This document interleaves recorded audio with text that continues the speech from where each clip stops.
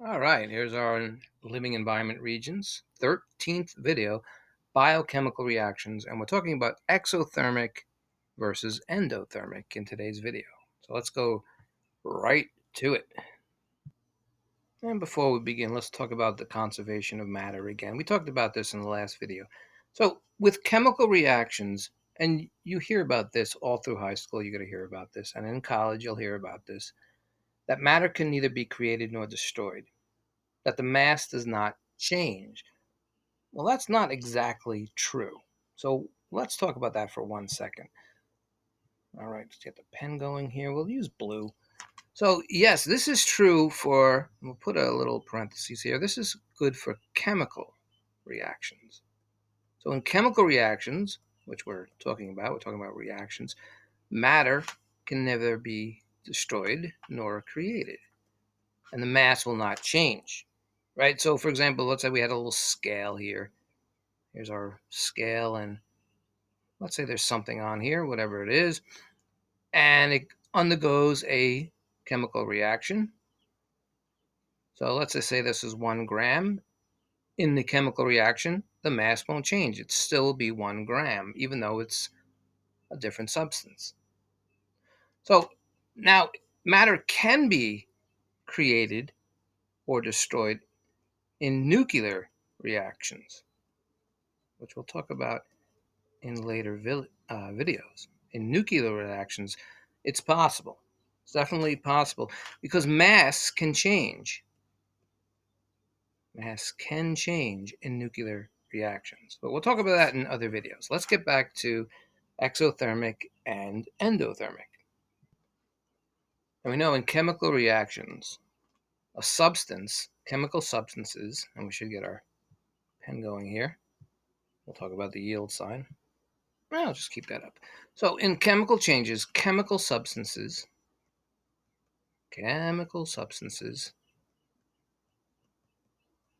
are changed, right? The chemical substances will change into other chemicals, right? They will change into other chemicals.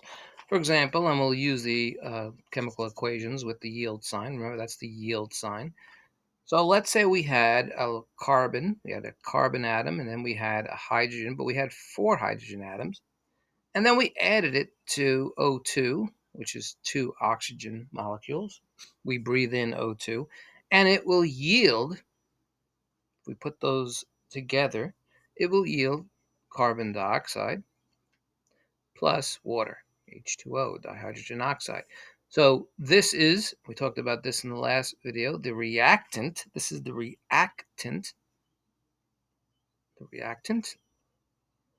Forgot the C. We forgot the C hanging out there. Let's just write that better. The reactant. Don't forget the T in there. And it will yield the product. It will yield the product. And remember, we also talked about that sometimes you can get two-way arrows where it could be reversed. For example, we talked about, let's say we had nitrogen, 2 nitrogen atoms, 2 nitrogen molecules, and O2. And that will not only yield, but you can also reverse it. See those 2 arrows? That can be reversed, where you'll get 2 nitrogen and oxygen molecules. That's what that coefficient means. There's 2 of them. Over here, even though the 1's invisible, there's a 1 there. There's a 1 there. And we don't usually put the 1, same as in math. See, now it looks like a 10. So we don't want to put the 1. No 1. So this should be N2 plus O2. All right. So now we have exothermic and endothermic. So remember, in chemical reactions, let's stick with blue. In chemical reactions,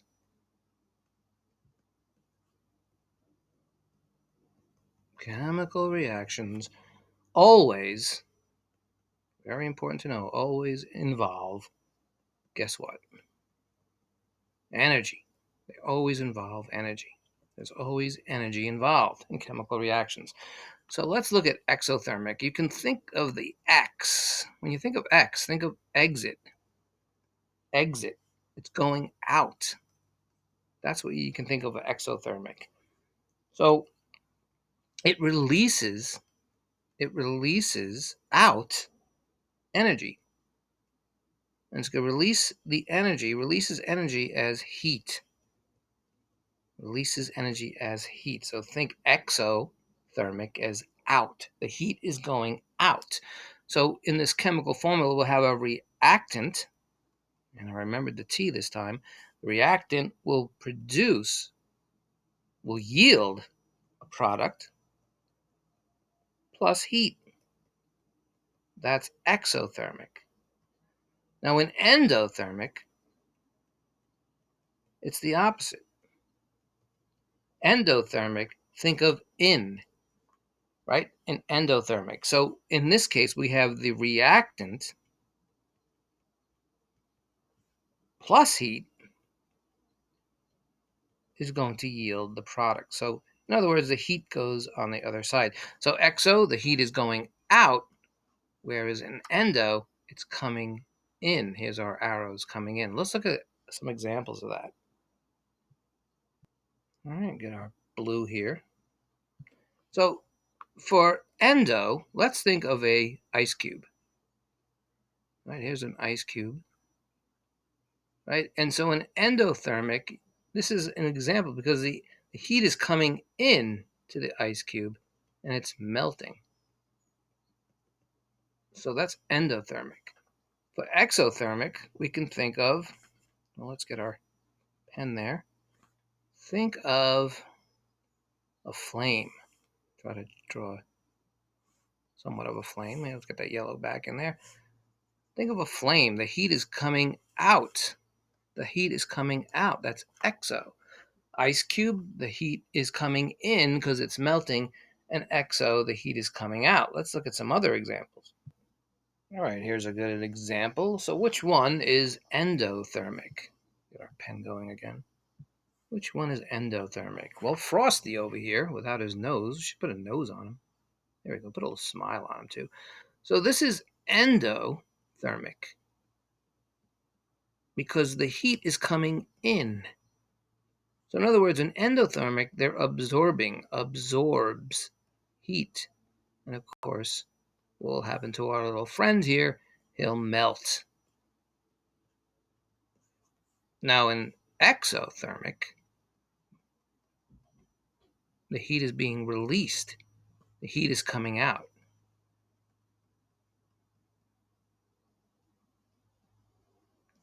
So let's look at more of it endothermic. So what examples can you think of are endothermic? All right, I'll draw some. So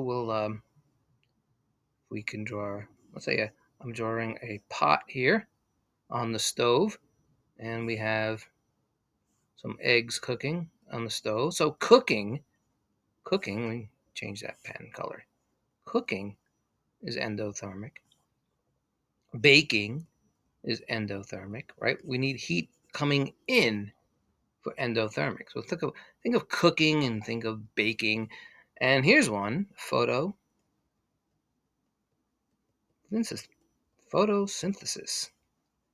right? Where sunlight is coming in, the plants are absorbing the heat for their food. So let's write that equation, by the way. So we're going to have, this is the coefficient 6. We have 6 of these molecules of CO2. 6 of those. Plus we want 6 water molecules, the hydrogen oxide, H2O. And that's going to, well, we'll put this yield sign in for 1 second. It's going to yield our, so that's coming into the plant, the carbon dioxide and the water and the sun energy, right? And we're going to yield, and we talked about this,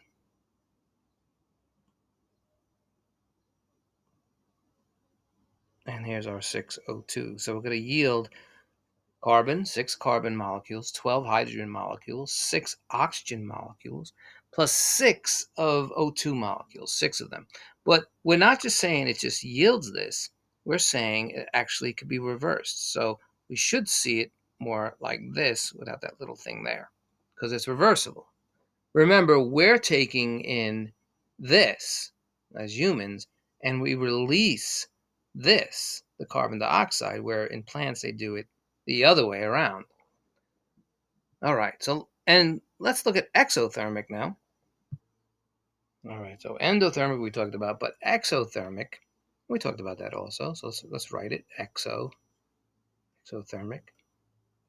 So exothermic, like we said, a campfire. So campfire, have your s'mores, right? Magenta logs. Right, here's our fire, whatever. Nuclear reactions, that's exothermic. Not endo, remember, let's cross out endo, it's exothermic. Rust is an example of exothermic. So let's review quickly. Endothermic is when the heat is going in. In endo, think in. Exo, think out. And those are our chemical reactions.